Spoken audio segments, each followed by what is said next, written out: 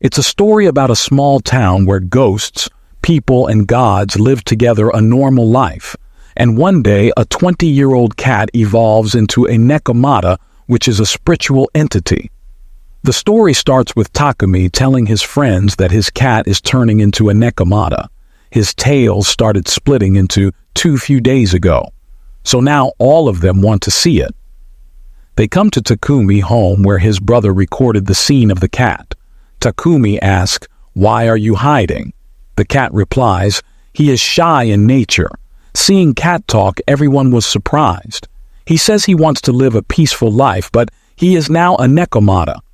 Plus his name is Bukio, which was given by the old lady. He finds it weird. So the old lady tells him he can change his name if he wants and they will support his new life. Older brother also says now he won't post this video on YouTube. Soon all of them go home. On the way, Mu sees a birdman named Jiro and tells him she saw a nekomata. She also compliments him on his dress, so Jiro says flirting won't get her anywhere, but he gives her an ice cream.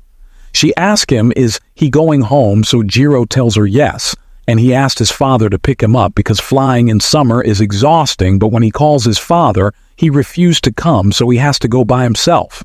When he touched Mu-chan, her sweat dried up, so she asked, did he use his powers? Jiro says yes, he did. The scene changes where we see Bukio is looking at yokai insurance policy for himself, which confused him. The old lady tells him she can help, but Bukio declined gently. He wants to do it himself. He tells her that he is glad to be in such a caring family.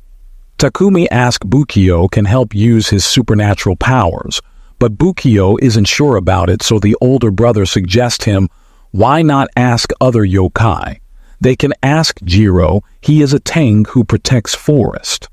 There is another old Tang named Tazunbo who can give him good advice. Bukio goes to Jiro's home where he meets Tazunbo. Bukio tells him his problem and how he doesn't remember who he is, so Tazunbo tells him to talk to lots of people in this situation, and we will help you to get better. Mu-chan was walking her way to Jiro home, and she sees a giant man going, which means it will rain soon.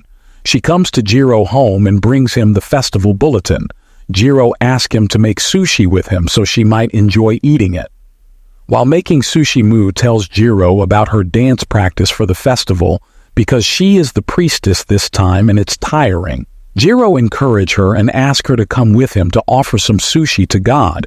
He tells her that God sees and hears everything, but they don't say anything to us, so we should be grateful soon the rain starts.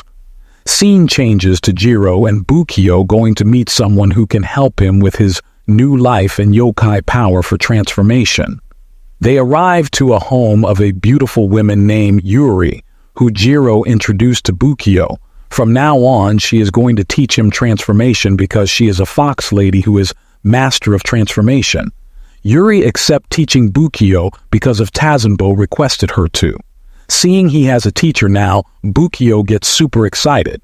We see Mu and her family waiting for her grandfather ghost to come, but a yokai horse arrives. Seeing that, grandmother asks Mu-chan to feed him, so the horse transforms into a small, cute creature.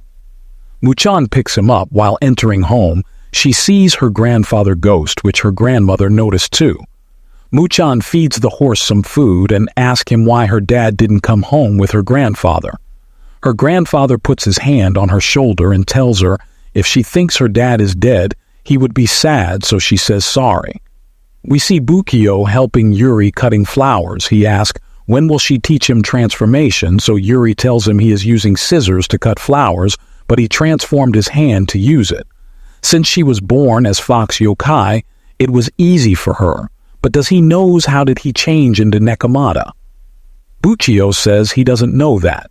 So Yuri tells him it will take time to learn, but to call it transformation, he has to be consciously make decisions to change.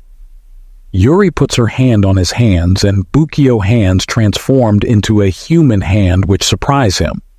Soon after, Ryo and Takumi come to meet Bukio. They greet Yuri, and she tells them Bukio training is going well, but he is scared of her.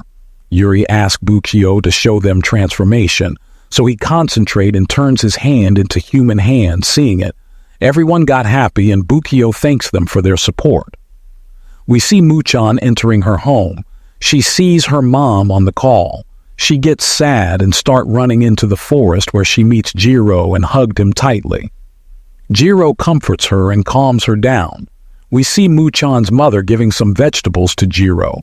So Jiro asks did they find what happened to Muchan's father. She tells them a detective called her, and they say they think that he is in between some imaginary realm and they can't find him. So Jiro tells her if anything happens, let him know he will help and she should tell her family about it.